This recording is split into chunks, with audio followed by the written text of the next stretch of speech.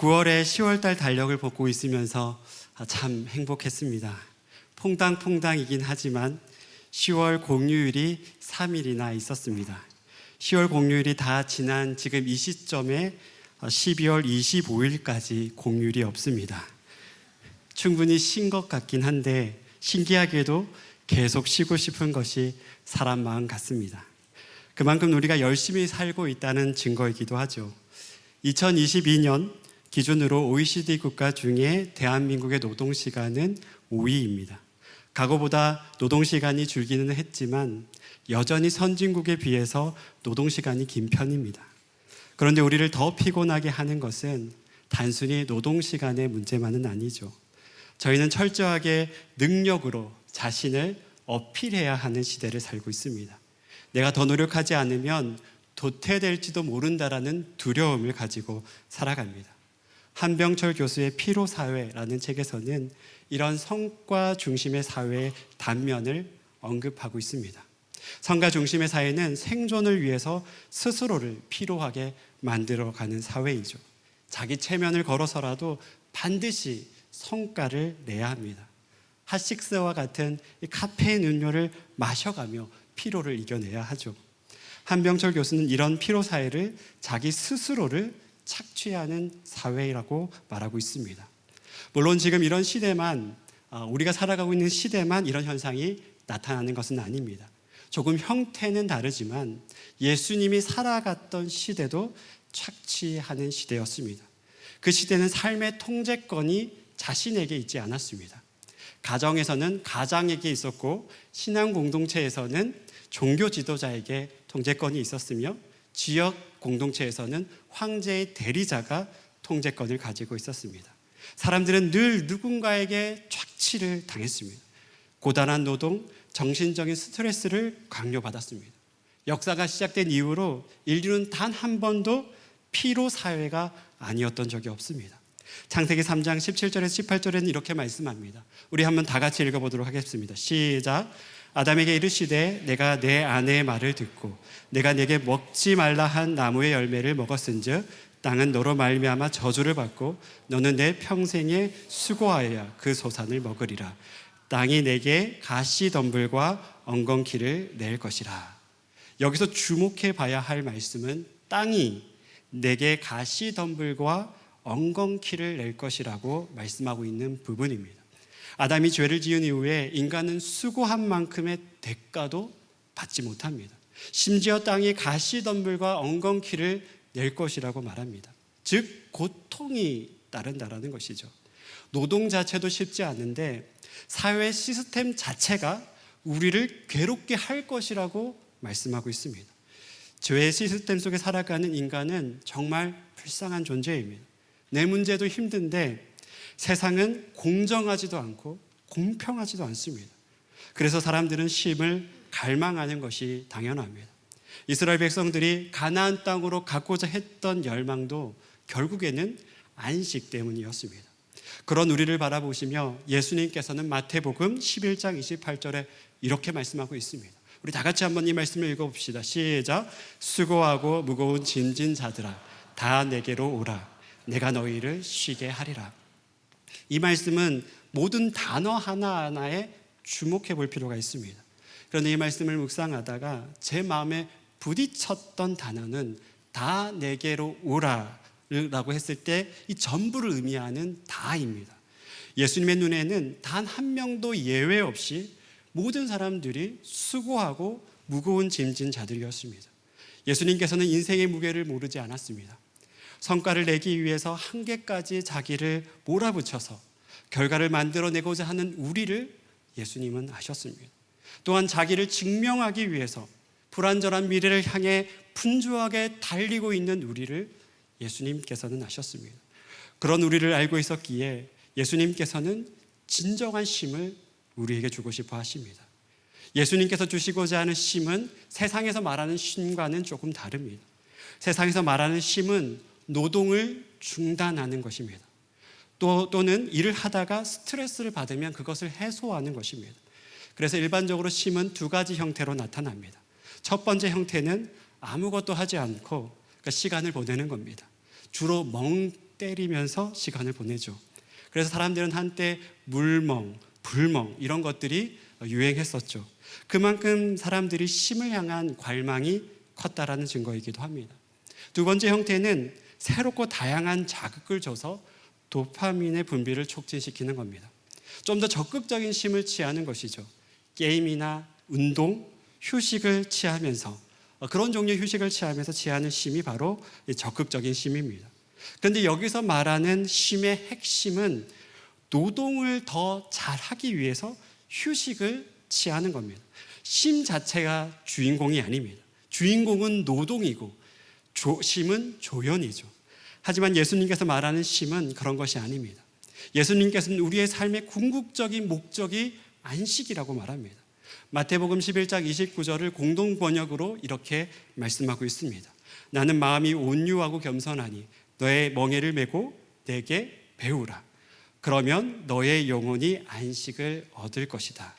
예수님께서는 자신의 멍에를 메고 노동을 하는 이유가 영혼의 안식을 얻기 위해서라고 말씀하고 있습니다. 여기서 안식은 하나님께서로부터 오는 샬롬입니다. 즉 하나님께서 주시는 평화와 기쁨입니다. 인간은 하나님께로 나아갈 때, 하나님께서 임재하실 때 진정한 쉼을 누릴 수 있습니다. 하나님을 만나지 않고서는 진정한 의미의 쉼을 무엇인지 사람들은 절대 알지 못합니다. 그래서 오늘 보면 마태복음 11장 28절에서 30절까지의 말씀을 보면요, 예수님께서는 자기 스스로를 지칭하는 헬라어 에고를 7번이나 씁니다. 안식의 주체가 나라는 것을 이 짧은 구절에서 7번이나 강조하고 있는 것이죠. 여러분, 안식을 주실 수 있는 분은 예수님이시고요, 안식으로 가는 그 여정을 이끌고 가시는 분도 예수님이시며, 안식의 종착점에 서 계신 분 또한 예수님이십니다. 저는 요즘 목회자로서 굉장히 좀 자존심이 상하는 부분이 있습니다. 요즘 사람들 사이에 명상이 유행하고 있죠. 명상은 우리의 내면의 소리를 듣는 것입니다. 명상이 정신건강에 도움이 된다라고 저도 생각합니다. 그런데 명상과 기도가 비슷한 것이라고 말하는 사람이 있습니다. 기도는 우리의 내면의 소리를 듣는 것이 아닙니다. 내면의 소리를 듣는다고 해서 우리가 진정한 안식을 누리는 것이 아니죠. 안식은 우리의 내면에 있지 않습니다. 진정한 안식은 예수님께 있습니다. 예수님을 만날 때 우리는 진정한 안식을 누릴 수 있습니다. 그래서 예배의 자리에서 우리는 안식을 누립니다. 기도의 자리에서 예수님의 음성을 들으며 진정한 안식을 경험합니다. 힘을 잃고 죽어가던 그 영혼들이 예수님을 만날 때 새롭게 살아나는 이유도 참된 안식을 경험했기 때문입니다. 예수님을 만날 때 하나님이 주시는 샬롬, 즉 평강과 기쁨을 경험하게 됩니다. 사랑하는 청년 그리고 성도 여러분, 안식을 누릴 수 있는 것은 예수님을 알고 있는 우리의 특권입니다. 예수님만이 줄 수 있는 진정한 안식이 저와 여러분들에게 있기를 진정으로 소원합니다. 그렇다면 어떻게 하면 예수님께서 주시는 그 안식을 얻을 수 있을까요? 특별히 오늘 참된 쉼을 얻기 위해서 두 가지를 여러분들과 나눠보고자 합니다. 첫 번째로, 내가 메고 있는 멍에를 교체해야 합니다. 마태복음 11장 29절을 다시 한 번 더 읽어봅시다. 시작. 나는 마음이 온유하고 겸손하니 나의 멍에를 메고 내게 배우라. 그리하면 너의 마음의 쉼을 얻으리니. 예수님께서는 우리가 쉼을 얻기 위해서는 멍에를 매야 한다고 말합니다. 멍에는 사진을 보는 것처럼 두 마리 소가 함께 일할 수 있도록 목에 씌우는 나무 틀입니다. 사진을 보면서 좀 어떤 생각이 드십니까? 멍에를 메고 쉴 수 있을 것 같으십니까? 사실 멍에를 메고 있는 한 쌍의 소를 보면서 쉼을 상상하기는 좀 쉽지 않습니다. 하지만 예수님께서는 멍에로 묶여있는 한 쌍의 소와 안식을 연결시킵니다. 그럼 이것이 무엇을 의미할까요? 멍에를 풀고 자유롭게 사는 것이 우리는 진정한 쉼이라고 생각할지 모르지만 사실 우리 모두는 멍에를 메고 살아갑니다. 이 땅에 숨을 쉬고 살아가는 한 멍에를 벗고 자유롭게 살아갈 수 있는 방법은 없습니다. 그래서 우리는 둘 중에 하나를 선택해야 합니다. 세상과 멍에를 맬지 아니면 예수님과 멍에를 맬지, 우리는 두 가지 선택지밖에 없습니다. 멍에를 매는 두 마리의 소는 각자의 역할이 있습니다. 힘이 세고 좀 경험이 많은 소는 밭을 가는 것을 리딩해 갑니다. 이스라엘은 그 토질 자체가 돌이 많습니다. 주로 돌밭이 많습니다. 그래서 힘을 줘서 정확하게 파지 않으면 잘 이 땅이 일구어지지 않습니다. 그래서 정확하게 힘을 주는 것이 중요하죠. 그래서 이 리딩이 가는 소의 역할이 매우 중요합니다. 그러면 나머지 한 마리의 소는 리딩에 가는 소에 맞춰서 밭을 갈면 됩니다. 그래서 리딩에 가는 소가 오른쪽으로 가면 오른쪽으로 힘을 주면 되고요, 왼쪽으로 돌면 보조를 맞추면 되는 것이죠. 멍에를 메고 있는 소의 운명은 경험이 많고 또 베테랑인 그런 소를 만나는 것에 있습니다. 그래야 자신도 편한 것이죠. 하지만 성질 고약한 소를 만나면 멍에를 메는 것 자체가 고통입니다. 여러분, 세상과 멍에를 메는 것은 고집이 세고 성격이 아주 고약한 소와 만나는 것과 비슷합니다. 세상은 우리에게 자기 체면을 걸어서라도 세상에 도태되지 말라고 말합니다. 또는 인생은 너의 것이니까 너 스스로 책임지고 살아가야 된다고 말합니다. 세상은 인생의 무한 책임이 개인에게 있다고 말합니다. 이처럼 세상의 멍에는 폭력적이고 무책임합니다. 하지만 우리 예수님의 멍에를 맬 때 우리의 인생은 완전히 달라집니다. 예수님께서는 마음이 온유하시고 겸손한 성품을 가지고 있습니다. 온유하다는 것은 어떤 문제를 자기 입장이 아니라 상대방의 입장에서 생각하는 것입니다. 그리고 겸손하다는 것은 남을 자신보다 더 낮게 여기는 마음입니다. 즉 예수님의 멍에는 세상의 멍에처럼 폭력적이지도 않고 무책임하지도 않습니다. 예수님은 우리의 연약함을 알고 계셔서 우리를 배려해 주실 뿐만 아니라 실수를 용납하시고 부족한 부분이 있다면 예수님께서 커버해 주십니다. 그렇기 때문에 예수님과 멍에를 맬 때 우리는 쉽고 편합니다. 우리가 성장해 가는 만큼 수준을 높여가죠. 영적 수준이 어린아이와 같을 때에는 체험적 신앙으로 하나님을 알게 하시고 점점 성장해 가면 조금 더 넓은 지평을 우리에게 보여주십니다. 여러분, 여기서 기억해야 할 것은 예수님께서는 우리에게 어떤 멍에를 메고 살아갈지 선택지를 우리에게 주십니다. 그러기에 우리 예수님은 온유하고 겸손한 분이십니다. 세상의 멍에를 맬지 아니면 예수님과 함께 멍에를 맬지 강요하지 않습니다. 그 결단은 우리가 해야 합니다. 예수님이 대신해 주지 않습니다. 그러기에 세상의 멍에를 메고 살아가는 청년들이 이 자리에 있다면 오늘 당장 예수님과 멍에를 메고 살기를 결단하셔야 합니다. 오늘 본문에는 두 가지 명령문으로 구성된 말씀입니다.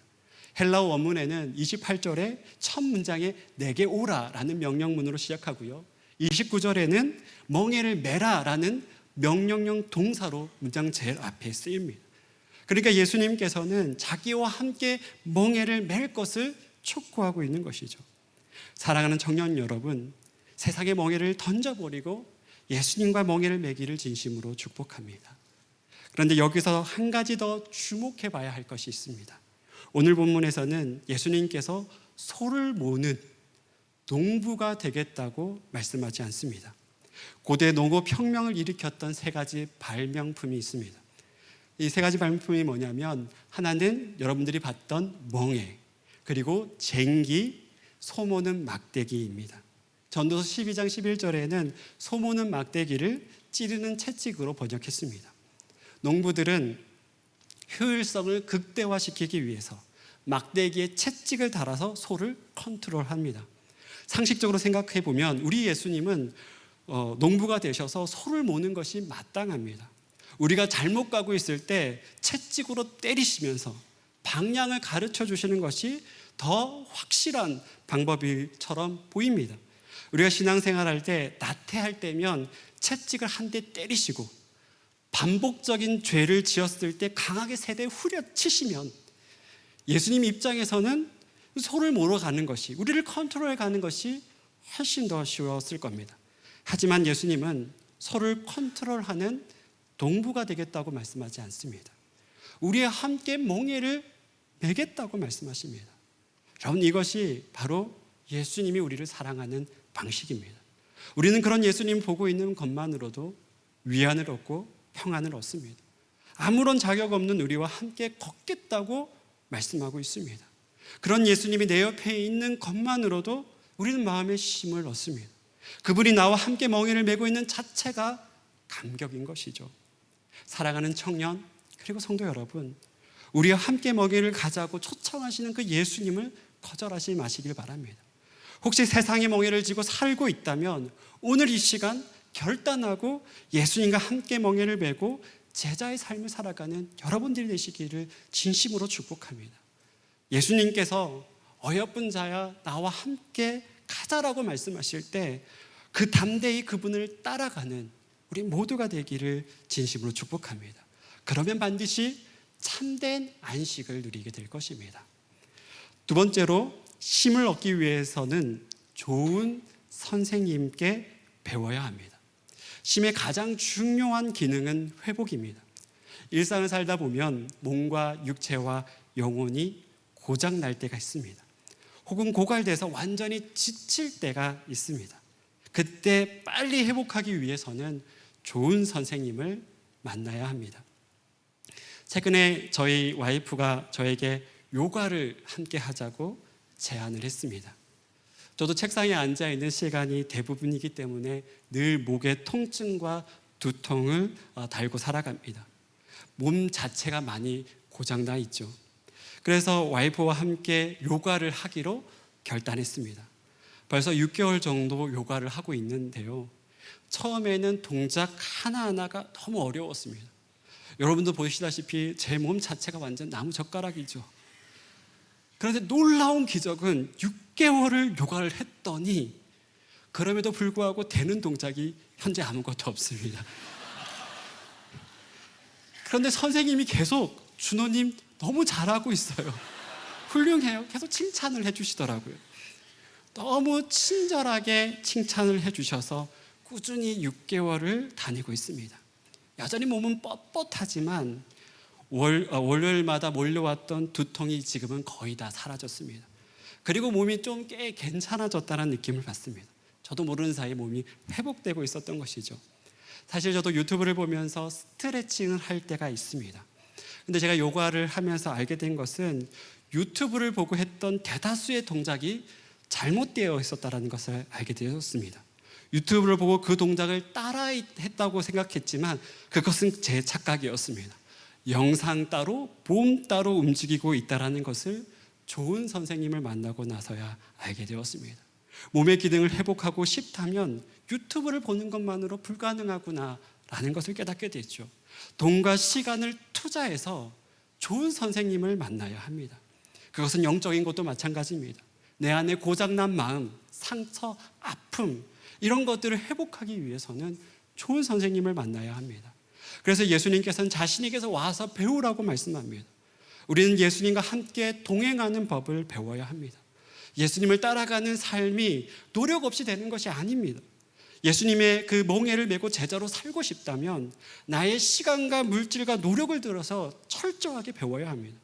아무런 노력도 하지 않고 예수님과 동행하는 것이 어렵다고 말하는 것은 말이 안 되는 이야기입니다. 여러분, 하루에 얼마를 들여서 예수님과 동행하려고 노력하십니까?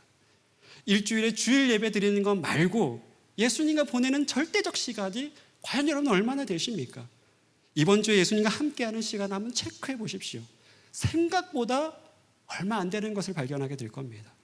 여러분, 예수님이 여러분의 시간과 물질을 투자해서 함께하기를 원하십니다.